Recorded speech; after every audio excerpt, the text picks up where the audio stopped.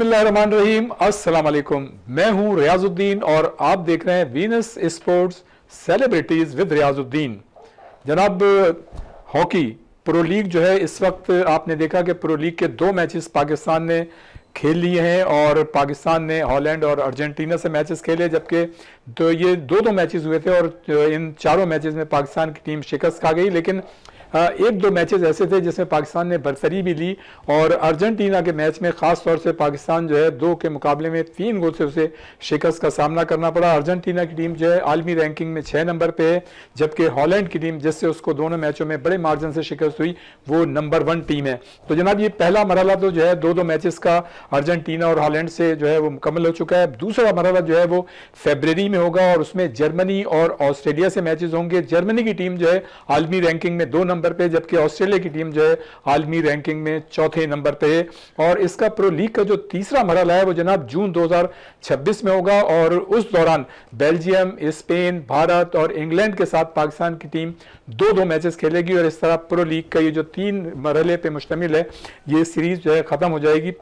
और उसके बाद जो भी टीम मतलब इसको जीतने में कामयाब होगी वो अगले साल जो है वो नंबर 1 होगी यकीनन। तीसरे मरहले के मैचेस होंगे बेल्जियम से, स्पेन, भारत और इंग्लैंड से। तो जनाब, बेल्जियम की टीम जो है वो आलमी रैंकिंग में 2 नंबर पे, स्पेन की टीम 5वें नंबर पे, भारत 7वें नंबर पे और इंग्लैंड की टीम जनाब 8वें नंबर पर है।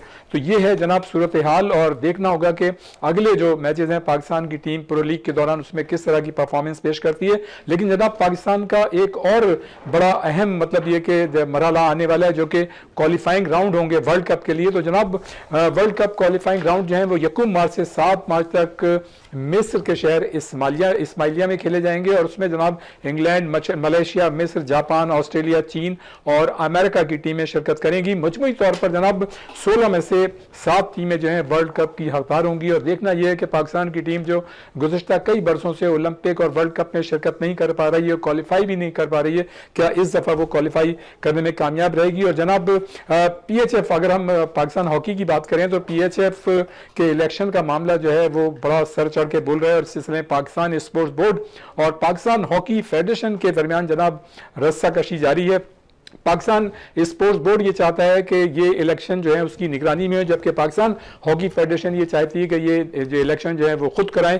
बहरहाल देखना होगा कि आगे क्या होता है। और उसके साथ साथ जनाब स्क्रूटनी का भी बड़ा मामला है, इसलिए कि देखें स्क्रूटनी जो है कलमों की बड़ी जरूरत है और देखना होगा कि उसमें क्या सूरत हाल सामने आती है। और जनाब, हॉकी के इन्हीं उमूर पर बात करने के लिए हमारे साथ मौजूद होंगे साबिक हॉकी ओलंपियन नासिर अली, जो कि 1984 के लॉस एंजल्स ओलंपिक की फातेह टीम के गोल्ड मेडलिस्ट हैं और जनाब उसके साथ साथ उनकी बड़ी एक्सपर्टीज है।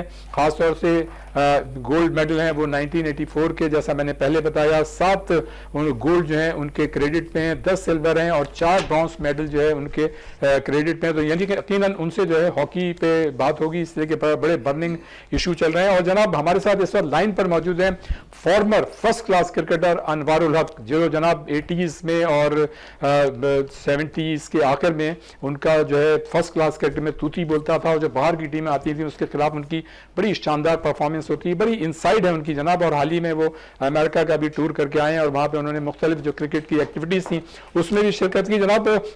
तो क्रिकेट के मुतालिक मैं बताता चलूं कि पाकिस्तान क्रिकेट टीम जो है T20 वर्ल्ड कप से पहले 7, 10 और जनाब 11 जनवरी को दम्बुला में मेजबान श्रीलंका के खिलाफ 3 T20 मैचेस खेलेगी, जबकि ऑस्ट्रेलियन टीम जो है वो जनाब फरवरी में पाकिस्तान का दौरा करेगी और इस दौरान 3 T20 मैचेस में दोनों टीमें एक दूसरे के आमने सामने होंगी। और जनाब, पाकिस्तानी खिलाड़ी जो इस वक्त बिग बैश में शिरकत कर रहे हैं और मतलब इस बात की इत्तलात हैं कि शायद कुछ खिलाड़ी जो है वो जो श्रीलंका की सीरीज होगी उसमें आए वो, लेकिन जो सीईओ हैं, chief executive officer Australian cricket board के टूड ग्रीनबर्ग, उनका यह कहना है कि जिन्हें पाकिस्तानी खिलाड़ी जो है वो बिग बैश जो पूरी होगी उसमें लीग में शिरकत करेंगे। बहरहाल देखना होगा कि उसमें क्या होता है। जनाब, पीएसएल जो है आपको पता है कि 11वां एडिशन जो है इस वक्त मतलब वो 26 मार्च से 3 मई तक 6 मुख्तलिफ जो पाकिस्तान के शहर हैं उसमें मुनक्किद होगा और इस दौरान जनाब 8 टीमों के दरमियान 44 जो है मैचेस खेले जाएंगे। पाकिस्तान क्रिकेट बोर्ड को उम्मीद है कि 8 जनवरी को जो नीलामी होगी 2 टीमों की, पीएसएल की जो जाहिर 2 फ्रेंचाइज मतलब शिरकत करेंगी, तो वो जो है भारी रकूम की एवज जो है वो बेची जाएंगी। तो देखना ये है कि इसमें क्या होता है। और एक और बात है, मतलब ये इस बात की इतलात हैं और इसमें कितनी मतलब सदाकत है। बहरहाल इस बात की इतलात है कि मुल्तान सुल्तान्स की टीम जो है शायद अगले साल के लिए यानी 2026 जो 11वां एडिशन है, इसमें पाकिस्तान क्रिकेट बोर्ड जो है वो खुद मतलब उसके तहत मतलब वो फ्रेंचाइज को चलाएगा मुल्तान सुल्तान के। बहरहाल नासिर अली साहब जो हैं वो भी इस वक्त हमारे साथ मौजूद हैं, जैसे कि मैंने बताया साबिक ओलंपियन। और इस वक्त टेलीफोन लाइन पे हमें काफ़ी टाइम पहले ज्वाइन कर लिया था अनवारुल हक साहब ने। तो पहले अनवारुल हक साहब के पास चलते हैं, क्रिकेट की बात करेंगे, उसके बाद जो है नासिर अली से फिर प्रोग्राम में हॉकी की बात करेंगे। नासिर, अपने अनवारुल हक साहब, अस्सलाम वालेकुम। वालेकुम अस्सलाम, कैसे हैं रियाजुद्दीन? खैरियत से? अल्लाह का शुक्र। हमारे साथ साबिक ओलंपियन नासिर अली साहब भी मौजूद हैं। हाँ नहीं, उनका बड़ा नाम, उनके बड़ी एक्सपर्टीज है, उनको मेरा सलाम कहिएगा। वालेकुम अस्सलाम। अच्छा, अपने अनवारुल हक साहब, पाकिस्तान की टीम जो है वर्ल्ड कप से पहले श्रीलंका जा रही है, तो आप क्या समझते हैं कि ज़ाहिर है वहाँ की विकेटें जो होंगी वो होती हैं वो स्पिनर्स के लिए साजगार होती हैं, क्या कहेंगे पाकिस्तान की टीम कैसी होनी चाहिए? और चूंकि वर्ल्ड कप अभी आ रहा है तो उस तनाजुर में हमें मतलब उससे हेल्प मिलेगी वहाँ पे, इसलिए कि दम्बुला में भी मैचेस होंगे और पाकिस्तान तो सारे मैच श्रीलंका में खेलेगा, क्या कहेंगे? देखिए, ये एक खुश आइन बात है कि वर्ल्ड कप से पहले आपकी 2 T20 सीरीज आपके खेलने जा रहे हैं, तो इससे कम से कम एटलीस्ट आप यहाँ पे ट्राई उन लड़कों को भी कर सकते हैं जो बैक बेंच पे बैठे हुए हैं, जो आपकी मकसद फ्यूचर प्लानिंग का एक हिस्सा है। अगर आप इन 2 सीरीज के अंदर उन लोगों को भी आजमाएंगे तो मैं ये समझता हूँ कि ये एक प्लस पॉइंट होगा पाकिस्तान के लिए कि वो लड़के को सामने आ जाएंगे, क्योंकि अभी फर्स्ट क्लास जो क्रिकेट खत्म हुई है और अभी जो हमारे डोमेस्टिक स्ट्रक्चर के जो मैचेस हो रहे हैं उसमें से लड़के अच्छी परफॉर्मेंस दे रहे हैं। तो ये एक अच्छा मौका होता है कि आप इनमें 2-3 बॉलर्स और 2 बैट्समैन शामिल कर सकते हैं, आप उनको इन जगहों पे खिला सकते हैं, वर्ल्ड कप से पहले आप उनको ट्राई कर सकते हैं। तो ये आपके पास गोल्डन अपॉर्चुनिटी है। तो हमारे पास लिहाजा जो पूल ऑफ प्लेयर्स हैं वो जो भी है उन्हीं में से रखना है, बशर्त ये है कि आप उसमें फेयर सिलेक्शन करें, उसमें कोई पार्शलिटी या बाइस या लाइकिंग डिसलाइकिंग वाला जो ना फैक्टर ना रखें। तो it's a very golden opportunity for the Pakistan कि ये वर्ल्ड कप से पहले 2 T20 सीरीज का जो हमारे यहाँ एक ऑस्ट्रेलिया से और श्रीलंका से हो रहा है। देखिए, श्रीलंका आसान हरीफ नहीं है, वो अपने होम ग्राउंड के ऊपर वो बड़ा मुश्किल टफ टाइम देते हैं और वो they are playing very good cricket. हमारी पाकिस्तान की टीम बुरी नहीं है। मेरा अपना मानना अभी भी ये है कि blend of youth and the juniors, इन दोनों का जो ना मिलाप जो ना टीम का एक अच्छा अनवर भाई, हो सकता है। अनवर भाई मैं आपको यहाँ पे रोकूंगा, सॉरी।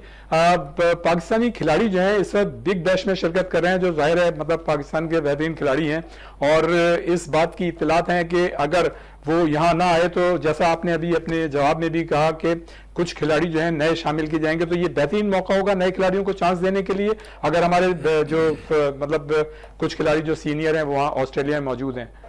देखिए, बिल्कुल मैंने आपको कहा ना कि ये आइडियल अपॉर्चुनिटी होती है। देखिए, लड़कों को जब तक आप आजमाएंगे नहीं, खिलाएंगे नहीं, और अब मैं अभी भी कहता चलूं कि जिन लड़कों को आपने पाइपलाइन में रखा है, जो भी आपके राइजिंग स्टार्स हैं, आप उनको बैक टू बैक सीरीज खिलाएं। ऐसा ना करें कि किसी को आपने 2 मैच खिला दिया उसके बाद बाहर कर दिया, क्योंकि देखिए नए लड़कों पे प्रेशर भी होता है। हर लड़का को डेब्यू में आके 50 या 100 रन नहीं करता है, लिहाजा नए लड़कों को आप बैक टू बैक सीरीज खिलाएं। बशर्त ये है कि उनके अंदर आपको टैलेंट नजर आना चाहिए, वो इस फॉर्मेट के लिए आइडियल प्लेयर है कि नहीं है, क्योंकि T20 फॉर्मेट जो क्रिकेट है उसके अंदर आपको अटैकिंग क्रिकेट खेलनी पड़ती है। तो लिहाजा उन लड़कों को आप पिक करें जो अच्छे फील्डर भी हो और साथ अगर वो बॉलिंग का भी उनके साथ अगर थोड़ा बहुत एज है तो वो आपके लिए एक बेहतरीन चॉइस हो सकते हैं। और दूसरी ये कि ऑस्ट्रेलिया की टीम जो है वो भी फरवरी में आ रही है, अभी डेट्स जो है वो कंफर्म नहीं हुई है, लेकिन 3 T20 मैचेस जो है ऑस्ट्रेलिया से भी होंगी, तो इसको किस तरह से देखते हैं आप?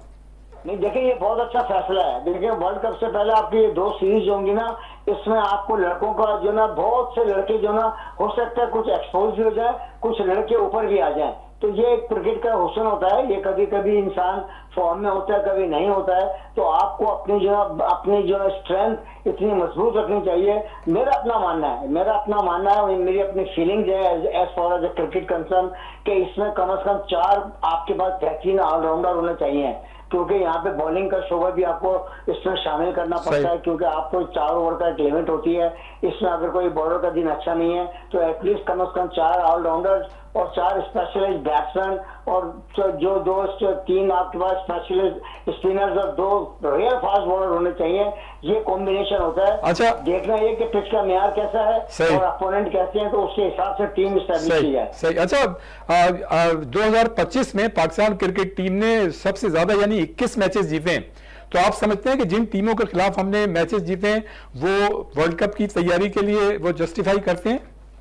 नहीं देखिए, बात है जिनसे हमने सीरीज जीती है वो इतने वो टफ कॉम्पिटिटर नहीं थे, सही। लिहाजा अभी जो मैचेस होंगे वो आपको जो ना ये रियल पिक्चर पता चलेगी कि हम किस जगह पे खड़े हैं। लेकिन जिनसे आप लोग जीत के आए हैं या जो हम लोग सीरीज के लिए, वो इतने ज्यादा मैं ये समझता हूँ कि इतना ज्यादा अच्छा मुकाबला मैं नहीं कह सकता कि उन टीमों से था। असल जो मुकाबला वो श्रीलंका और ऑस्ट्रेलियंस है जो कि बेहतरीन कॉम्पिटिटर है, बेहतरीन मसले के T20 के प्लेयर्स हैं। इसमें आपको मतलब क्लियर पिक्चर पता चलेगी कि हम कहाँ पे खड़े हैं। अच्छा, टेस्ट की बात कर लेते हैं कि पाकिस्तान जो है वेस्ट इंडीज के दरमियान मतलब टेस्ट मैचेस होंगे, 2 टेस्ट सीरीज मतलब ये खेली जाएंगी और वेस्ट इंडीज की टीम जो है पाकिस्तान का दौरा करेगी। अच्छा, हमारे जो कप्तान है शान मसूद, तो उनको पाकिस्तान क्रिकेट बोर्ड ने बहैसियत कंसल्टेंट भी रखा था, तो अब लेकिन उन पर भरोसा किया गया है, वो मेरे ख्याल से कप्तान लगता है कि आगे भी रहेंगे। तो उस टेस्ट सीरीज को किस तरह से देखते हैं? देखिए, मैं समझता हूँ कि शान मसूद को टेस्ट मैच का कप्तान होना चाहिए। He is a very capable guy, is a very very good batsman, और इवन दो कि मैं कहता हूँ वनडे के अंदर भी टीम का एक हिस्सा बनाना चाहिए। अभी बिफोर टाइम उसे आप जो है ना कितनी अहम जिम्मेदारी दे रहे हैं, वो अभी इतना बड़ा मैच्योर नहीं है। जब वो क्रिकेट छोड़ दें तो वो आइडियल आदमी है, बहुत पढ़े लिखे हैं और वो ऐसी फैमिली से बिलोंग करते हैं जहाँ पे एजुकेशन उनका घर का खासा है। लिहाजा अभी उनके अंदर टैलेंट मौजूद है, उनके अंदर अभी स्पार्क मौजूद है, उनको अभी क्रिकेट में यूटिलाइज किया जाए। सही, बहुत शुक्रिया अनवारुल हक साहब। इंशाल्लाह आइंदा भी आपसे बात होती रहेगी, बल्कि हमारी कोशिश है, हमारी दावत है कि आप स्टूडियो तशरीफ लाएं। बहुत शुक्रिया, इंशाल्लाह आपसे बात होगी। Thank you very much Anwarul हक साहब। और जनाब, इसके साथ ही जो ये प्रोग्राम का पहला जो स्पेल था उसका वक्फा, और जब वक्फे के बाद हम प्रोग्राम दूसरा स्पेल शुरू करेंगे तो उस वक्त हमारे साथ मौजूद होंगे साबिक ओलंपियन और 1984 के लॉस एंजलिस ओलंपिक की फातेह टीम के गोल्ड मेडलिस्ट नासिर अली। तो एक वक्फे के बाद फौरन बातें हैं और वहीं से प्रोग्राम को शुरू करते हैं। एक वक्फा।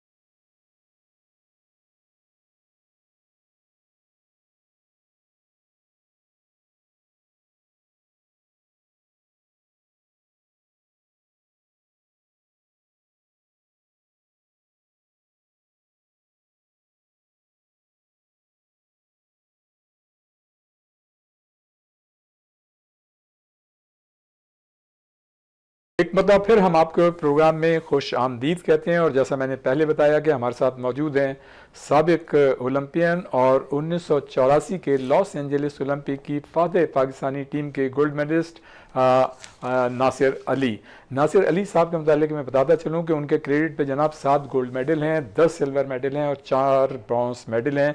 और वो पाकिस्तान की मुख्तलिफ अदवार में मुख्तलिफ टीमों के साथ जो हैं बहैसियत ऑफिशल्स भी काम कर चुके हैं, यानी वो सिलेक्टर भी रह चुके हैं और ऑफिशल्स की हैसियत से भी काम कर चुके हैं। बड़ा मतलब उनकी इंसाइट भी है, तजुर्बा है, बड़ा कंट्रीब्यूशन है। नासिर अली साहब, पाकिस्तान की टीम जनाब प्रो लीग खेल रही है। पहला मरहला जो था हॉलैंड से और अर्जेंटाइन से वो मुकम्मल हो गया है। दूसरा मरहला जो है वो फरवरी में होगा और फरवरी में पाकिस्तान की टीम जो है वो मैचेस खेलेगी जर्मनी से और उसके साथ साथ ऑस्ट्रेलिया से। उसके बाद जो तीसरा मरहला होगा उसमें वो जून में होगा और वहाँ पे जून में जो पाकिस्तान की टीम मैचेस खेलेगी वो बेल्जियम से, स्पेन से, भारत से और इंग्लैंड से खेलेगी। चले वो तो खेलेगी बाद में, लेकिन अभी ये बताइए कि जो हमने मैचेस खेले हैं, एक दो मैचेस में तो पाकिस्तान ने लीड भी ली, अच्छा भी मतलब उसने खेल का मुजाहरा किया। इस ओवरऑल जो 4 मैचेस हुए हैं, गो के देखें जर्मनी की टीम हॉलैंड जो है रैंकिंग में नंबर 1 है और अर्जेंटीना नंबर 6 है और पाकिस्तान की जो रैंकिंग है वो नंबर 14 है। तो इस मतलब जो कंपैरिजन है इसमें आप किस तरह से देखते हैं कि पाकिस्तान की टीम की परफॉर्मेंस कैसी थी और क्या होना चाहिए? शुक्रिया रियाज भाई। पहली बात तो ये है कि रियाज भाई जब हम यानी कि प्रो लीग के लिए क्वालिफाई नहीं कर रहे थे तो जितने भी स्पोर्ट्समैन थे हॉकी वाले वो यही कह रहे थे कि प्रो लीग में क्वालिफाई नहीं किया होना चाहिए, लेकिन कुदरती ये है तौर पे कि एक ऐसा चांस बना, न्यूजीलैंड ने रिफ्यूज़ किया और हमारे लिए वो चांस बना। लेकिन ये जो रिफ्यूज़ किया जब तो उस वक्त हमारे पास कितना टाइम था, मेरा ख्याल है कि 3 महीने थे। हाँ।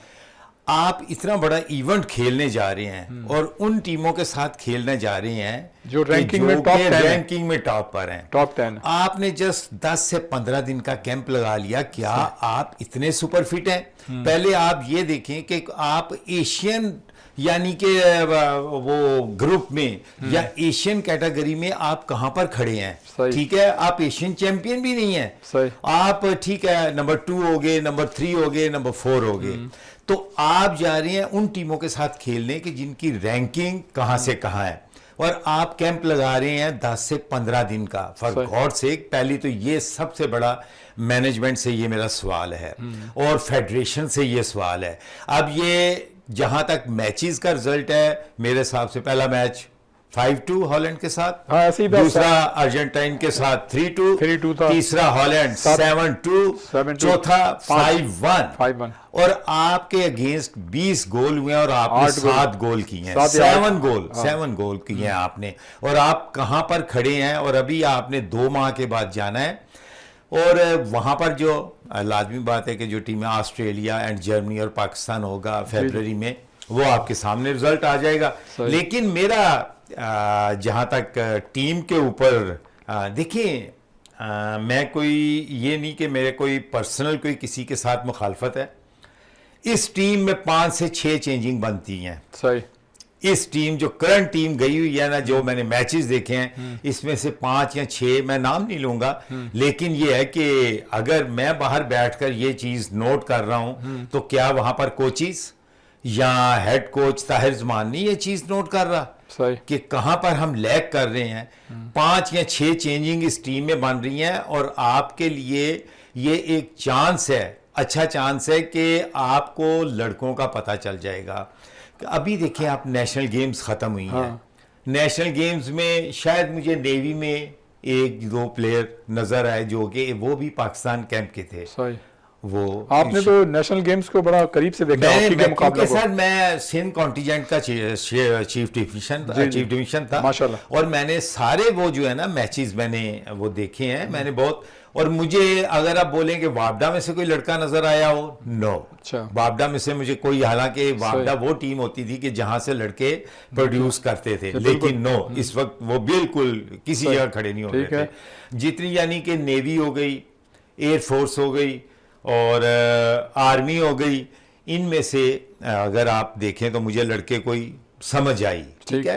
पंजाब के वही लड़के थे जो अकेडमीज के थे या डिपार्टमेंट के डिस्कार्टेड प्लेयर थे, वो पंजाब एक बनाकर लाए थे। सिंध के आपके सामने है कि सिंध के जो लड़के थे उनमें भी यानी कि 2 या 3 ऐसे लड़के थे जो कैंप के लिए आप लेते, अगर वो परफॉर्म करते, जो कि ऑलरेडी वो पाकिस्तान खेल चुके हैं, आप उनको इंडक्ट करते। आप ये अब आप अच्छा, आपकी बात काट रहा हूं, आपने बात कर दी, मतलब सिंध की एक आम परसेप्शन है और लोग हमें मिलते हैं कहते हैं कि जी सिंध के खिलाड़ियों को मतलब मौजूदा जो हालिया ये कैंप्स लगे हैं उसमें मतलब एंटरटेन नहीं किया गया, बुलाया नहीं गया।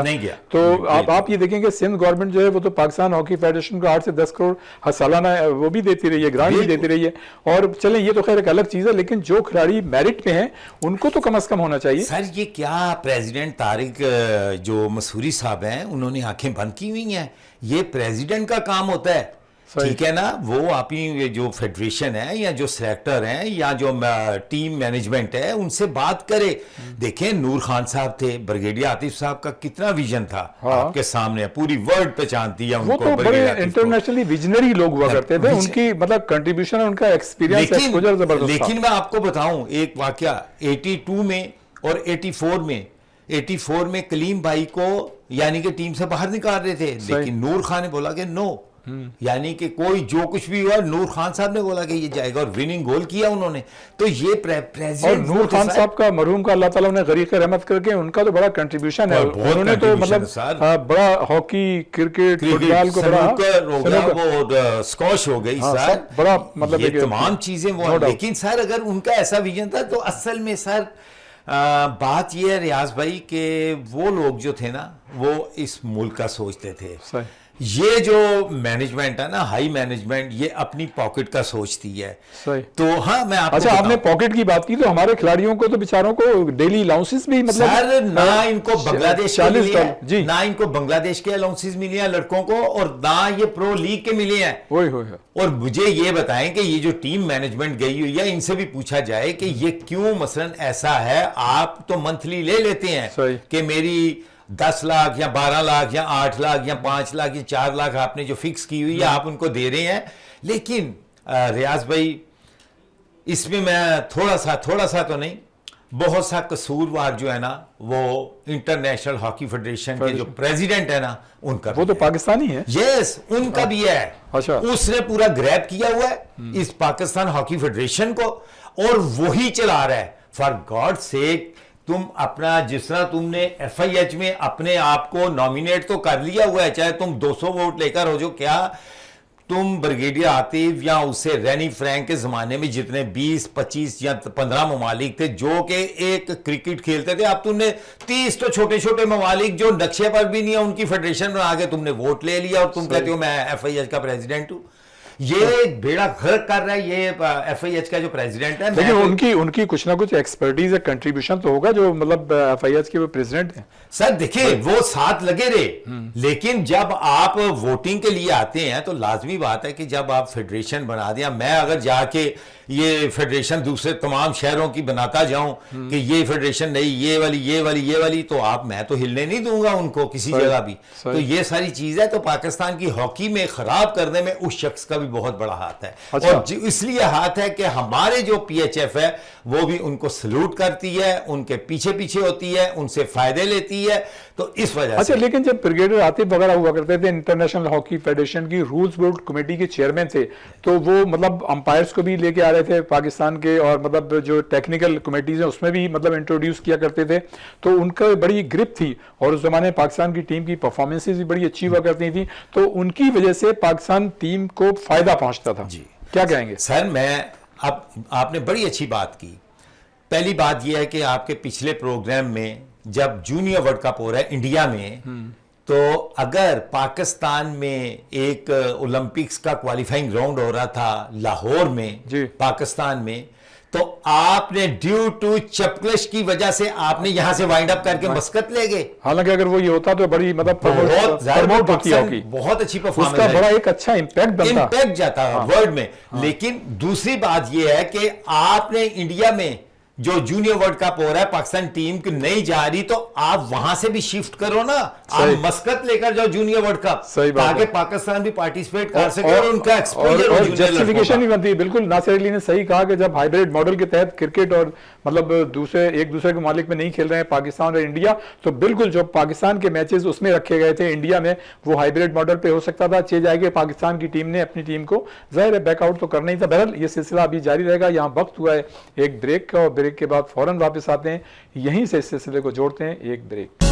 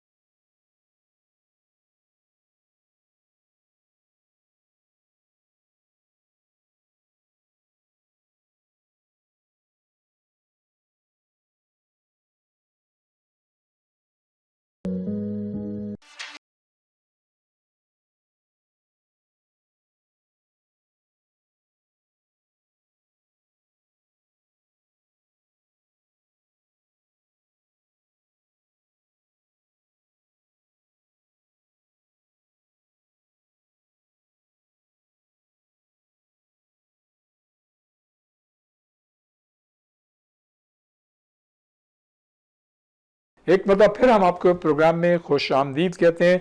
जी नासिर भाई, हमारी टीम प्रो लीग की बात कर लेते हैं पहले। जी जी। ठीक है ना। इसमें तो देखें कोई शक नहीं है, जो मतलब खिलाड़ियों को मसाइल का सामना है, उनको डेली भी नहीं मिल रही, उनके जॉब्स और कैरियर का मसला है, खिलाड़ी जो है परेशानी में मुब्तला हैं। लेकिन उसके बावजूद जो टॉप रैंकिंग की टीमें हैं, अगर आप खेल देखें, मतलब टेक्निकल चीज़ें तो अलग रखें कि ज़ाहिर है कैंप, आपने बड़ी सही बात की कि कैंप लगना चाहिए था उसी एतबार से, 1 महीने का लगना चाहिए था। 15 दिन में क्या होता है, 1.5 महीने का लगता और ज़्यादा अच्छा, 2 महीने का लगता तो और ज़्यादा अच्छा होता। लेकिन मैं समझता हूँ जिन मसाइल का खिलाड़ी सामना कर रहे हैं उसको अगर देखें आप, तो उस हिसाब से खिलाड़ियों ने निस्बतन बेहतर परफॉर्मेंस पेश की है। क्या कहेंगे सर? अब अगर ये परफॉर्मेंस भी नहीं देनी 7-2 या 5-2 के बाद, नहीं, पाकिस्तान ने बाज मैचेस में लीड भी ली है नासिर भाई, ये बात नहीं है। देखिए एक मैच में लीड ली है, मतलब हाँ, फर्स्ट मैच में जो हनान ने गोल किया है, ठीक है ना, और सुफियान, हाँ सुफियान, तो वो है। हाँ। उसके बाद यानी कि ये है कि मैंने तो पहले बोला कि सर इस टीम में, मैं अनवार साहब को सुन रहा क्रिकेट का,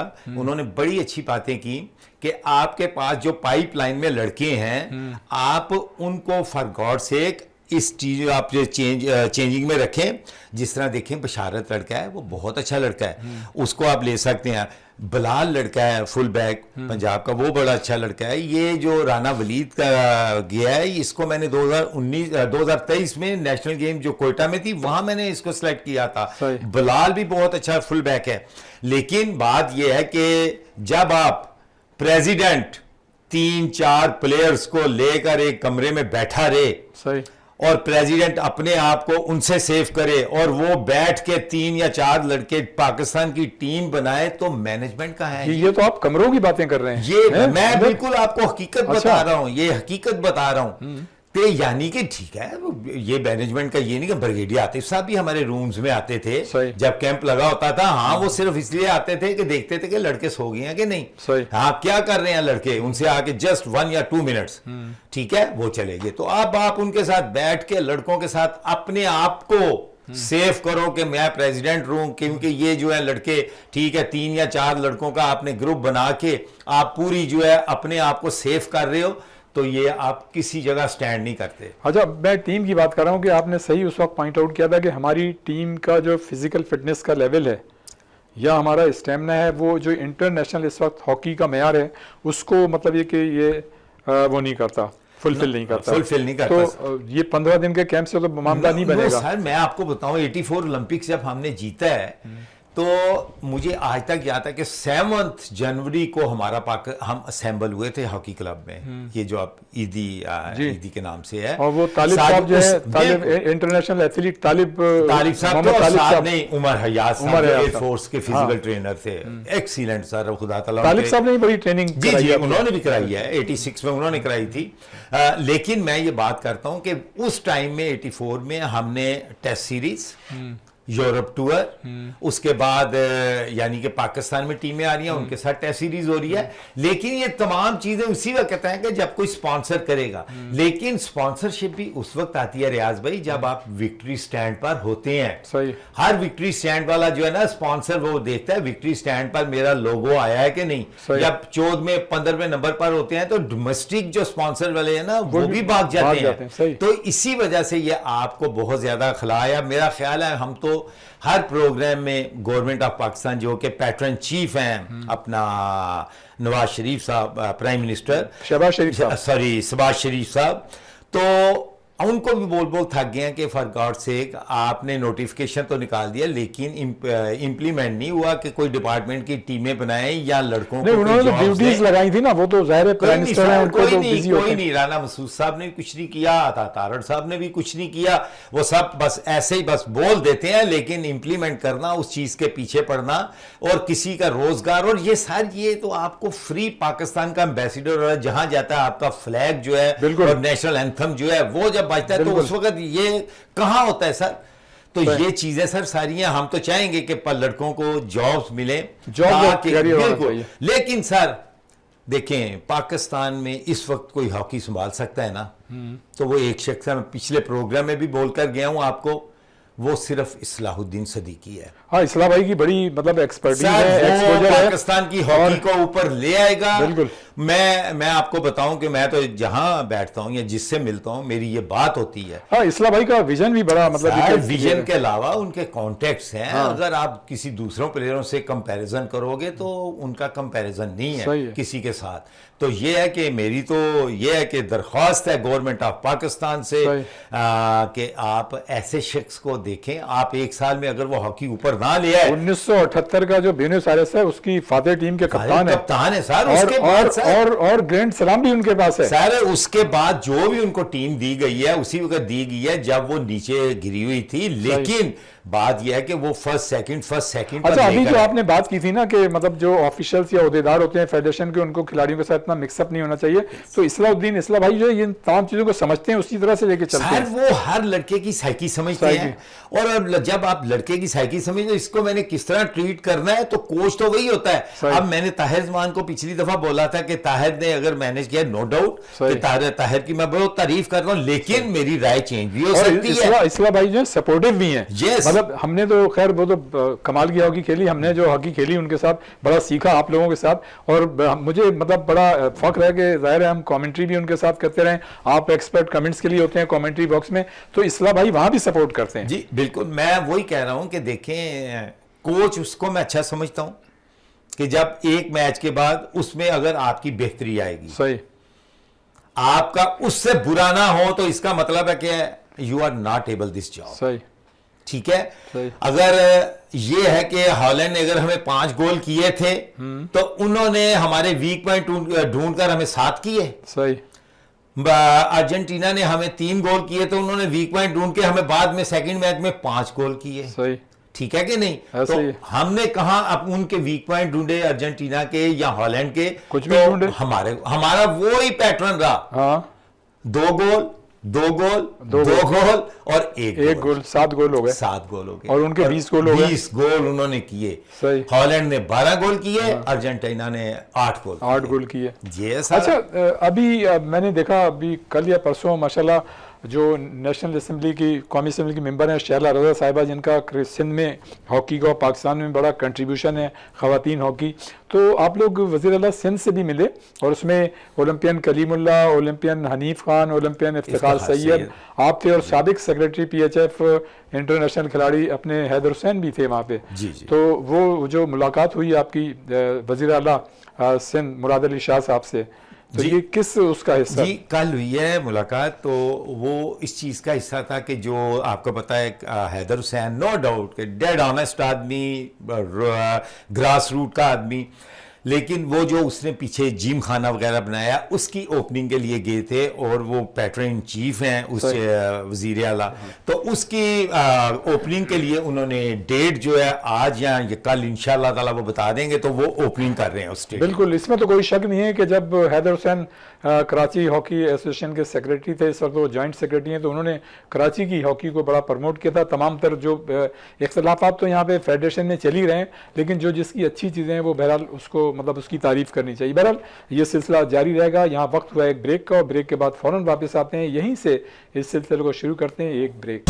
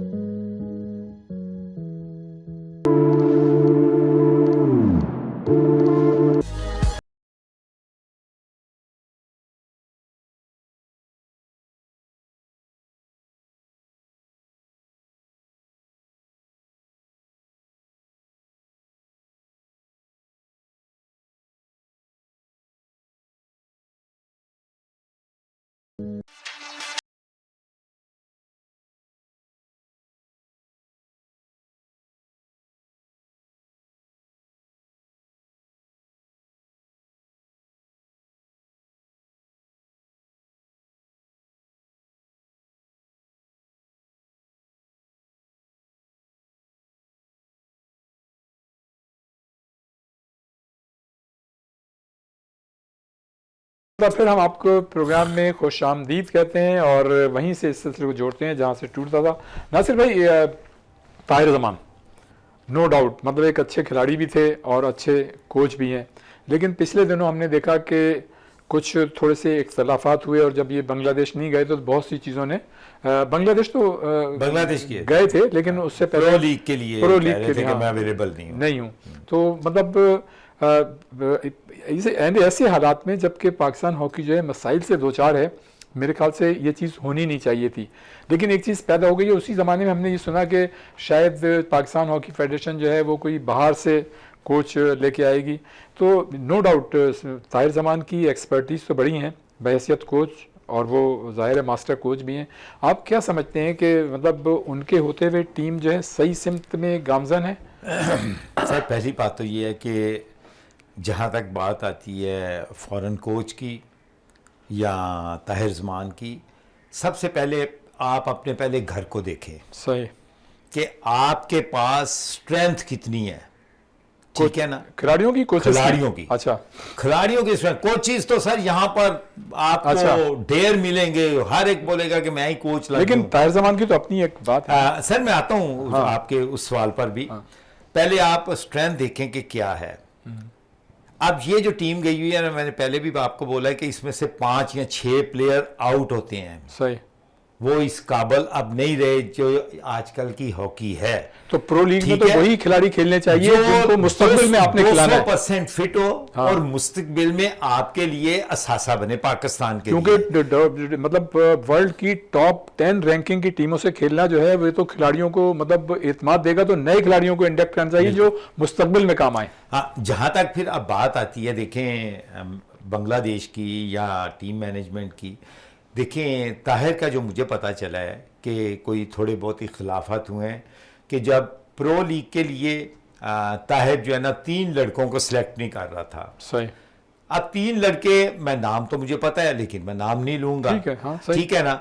अब 3 लड़के अगर सिलेक्ट नहीं कर रहे तो उन्होंने, फेडरेशन ने उन तीनों को सिलेक्ट किया है, तो आप, हालांकि इसमें कोचेस की बात को मेरे ख्याल ज्यादा अहमियत देनी चाहिए। सर अहमियत देनी चाहिए, लेकिन पहली बात यह है कि क्या जिनके ऊपर वो हाथ रख रहा है या निकाल रहा है, तो क्या उनकी जगह कोई ऐसा उसी, हमारे हाँ, पास रिप्लेसमेंट है कि जो रिप्लेसमेंट उनको भी सही जगह होना पूरी चाहिए। कर सके। सही। ठीक है ना। और आप समझते हैं कि ये प्रो लीग के लिए आगे चल सकता है साल या 2 साल, सही। जो थे 6 महीने या साल भी नहीं चल सकते, अगर आप उनको कैरी कर रहे हैं तो फिर आप इस किस्म का जो है ना वो चीज नहीं बनानी चाहिए टीम में। आपको चाहिए कि आप उन लड़कों को अभी ट्राई करें, सही। ये जो फरवरी में जाना है, जो कि लड़के आप समझते हैं, आप कैंप लगाएं, 40 सही। लड़कों का कैंप लगाएं, आप खुद निकल जाएं, यानी कि ट्रायल्स लेने के लिए सही। शहरों में ले लें। अब कितने टोटल शहर जिनमें हॉकी है, सही। सर बन्नू है, मर्दान है, सही। स्वात है, और उसके बाद आप आ जाए सरगोदा है, सही। उसके बाद आप आ जाए सराय साले है, पीर महल है, टोबा है, गोजरा है, शेखुपुरा है, और सरगोदा का मैंने नाम ले लिया है, और खुशाब है। सही। ठीक है कि सियालकोट तो ठीक है, वो कप्तान है सियालकोट का, लेकिन सियालकोट में हॉकी बिल्कुल खत्म हो चुकी है। सही। हालांकि मैं खुद सियालकोट का, सियालकोट में कोई हॉकी नहीं खेलता। हॉकी के ग्राउंड में अब वो क्रिकेट खेली जा रही है, सही। जो कि वहां के नाम नहाद अपने आप को जो कोच बोलते थे, वो अब क्रिकेट दे आए हैं उस तरफ। सही। ये मैं अब आपको वो चीजें बता रहा हूं कि जो है, सही। और इसी वजह से ये पाकिस्तान की हॉकी का जो इतनी डिक्लाइन में गई है,